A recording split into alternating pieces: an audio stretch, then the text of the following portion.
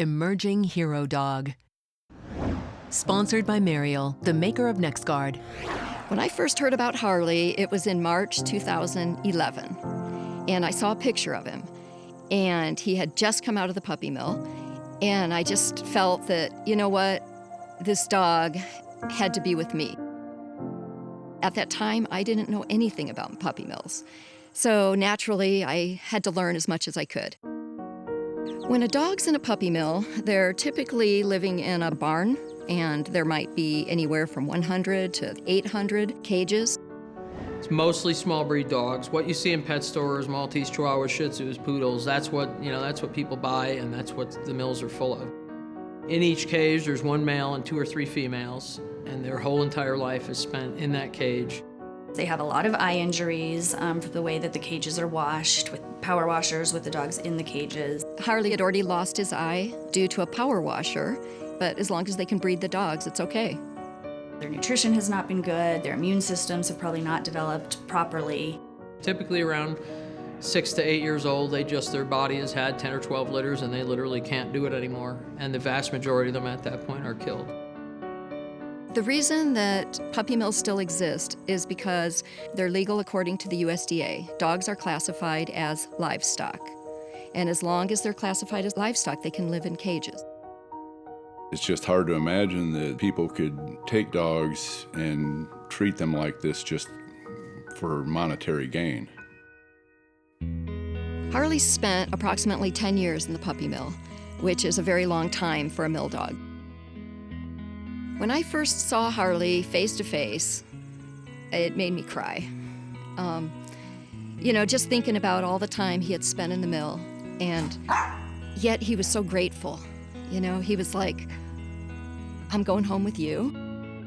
She's crying, and he was just a mess. And so it's like, oh my gosh, really needed all the help that he could get.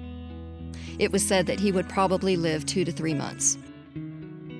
But then I started to realize, he's thriving. He keeps doing better and better all the time. I think I'll make him a Facebook page. And it became instantly popular. He's the face of so many puppy mill dogs. Harley goes on rescues along with me and my husband.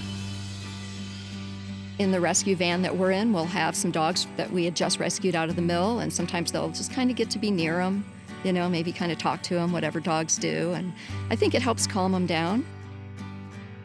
Not only has he personally went on rescues and saved more than 500 dogs from puppy mills, he's raised the money to provide them all the veterinary care they need, plus he's raised the money to send National Mill Dog Rescue's rescue team out to save a lot more dogs and provide medical care for them as well. And he's also a hero for a lot of people. There's a lot of people who will tell me that, Harley is the only reason I get out of bed in the morning. Harley just happens to be one of those kind of dogs that people can relate to. Every one of us is imperfect, but yet society and other people expect us to be perfect. And to see an animal like that they can really relate to, it lets them feel okay about themselves. He touches so many people's lives in ways that you would never imagine. He has fans everywhere, and everyone that's a fan of Harley now knows about puppy mills. He's a big deal. He educates people every day. I think he represents, to me, what all of us love about dogs, is their resilience, their forgiveness, their ability to just live now. You look at him and it's like, he's like, yeah, I'm here. Of course I'm here. I've got a job to do. I'm on a mission. And you see that and you feel it. How could that not inspire someone?